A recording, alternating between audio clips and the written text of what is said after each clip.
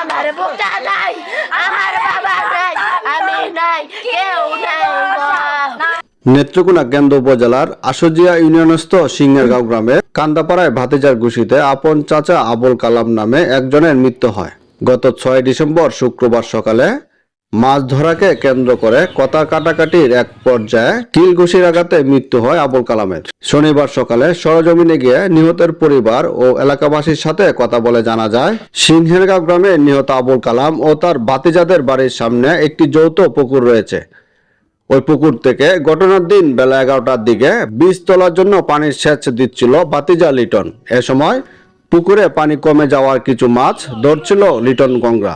তা দেখে নিহতের স্ত্রী জোসনা আক্তার বাধা দিতে গেলে উভয় পক্ষের মাঝে কথার কাটাকাটি থেকে হাতাহাতির এক পর্যায়ে প্রতিপক্ষের ঘুষিতে নিহত আবুল কালাম গুরুতর আহত হলে তাকে উদ্ধার করে নেত্রকোনা আধুনিক সদর হাসপাতালে নেওয়া হলে কর্তব্যরত চিকিৎসক তাকে মৃত ঘোষণা করেন। এ ঘটনায় নিহতের পরিবারে বইছে সুখের মাতম।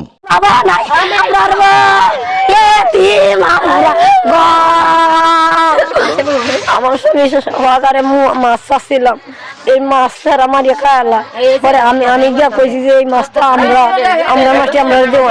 এরপরে আমার মারা মাছছে, পরে আমার মারলে পরে আমার স্বামী গিয়া কইছে যে আমার স্যার ভাই তাই এদের মারি হালাই দিতেছ তোরা, এইটা কইতে তারে ধরছে, তারে ধরে বসেছে। কিসের আঘাত আছে? শুধু ঘুষির কারণে কি মারা গেছে? বুঝির কারণে বুয়ো বসেছে, এডি মধ্যে বসেছে, এডি মধ্যে বসেছে।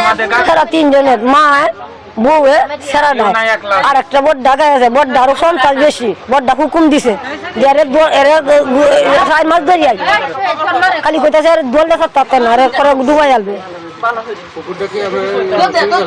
হ্যাঁ শরিক আছে মাছ আমরা চাচ্ছি, আর হেরা 2 কেজি এনে কিন্তু চাচ্ছি বাদে। আমি কইছি আমরা মাছি তো আগলা, হেরা দেও আগলা, আমরা দেখাইতো না, আমরা ডাক দিত না। এই জায়গায় কইলাম আর সুরাটাকে আমি লইয়া আর 10 মানুষের দেখাইতাম লইছি।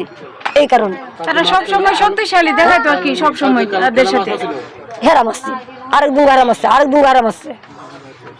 আমার স্যার গেছেন রিটনে কছে, মনোয়ারা কছে, সোনিয়া কছে, আর টিটনে হুমকি দিয়ে গেছে। উনি অনেক ভালো মানুষ ছিল, আবার আমরা অনেকবারও আসছি, ব্যবহারও খুব ভালো ছিল। কিন্তু এইভাবে আমরা চাইতেছি যে ওনারে যেভাবে মৃত্যু হয়েছে ঠিক ওইভাবেই ওরে ফাঁসি দিয়ে মারতে হবে আপনাদের, তাহলে এটা আমাদের বিচার, সুষ্ঠু বিচার। এটা আমাদের এমন কঠিনভাবে বিচার করবেন যে অন্যরা দেখে যাবে ডরায়, তার বিচার দেখে এভাবেই আপনারা বিচার করবেন। বিচার না করলে হ্যাঁ আবার আরেকজনকে মার্ডার করবো। হ্যাঁ আর বিচার যদি আপনারা না করেন তাহলে হ্যাঁ আরেকজনকে আবার মার্ডার করবো।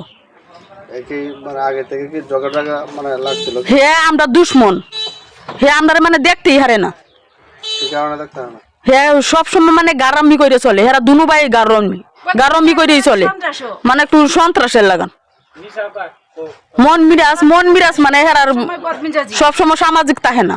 ওরা কাশি দিয়ে টাইনিয়া পরে জেলে গেছে, জেলে গিয়ে ওরা কেস করতে গেছে, পরে এখানে বলে পুলিশ আইছে, পুলিশে এখানে ফোন দিয়া দিছে, ওরা এখান থেকে মার্ডার করে গেছে, ওরা আটকায় দেন, পরে ওরা আটকায় দিছে, ওরা রাইতে দেয় নাই, ওরা নিজে নিজে যায় অন্য ধরা খাইছে, আমরা ধরাই নাই, ওরাই ধরা খাওয়াইছে।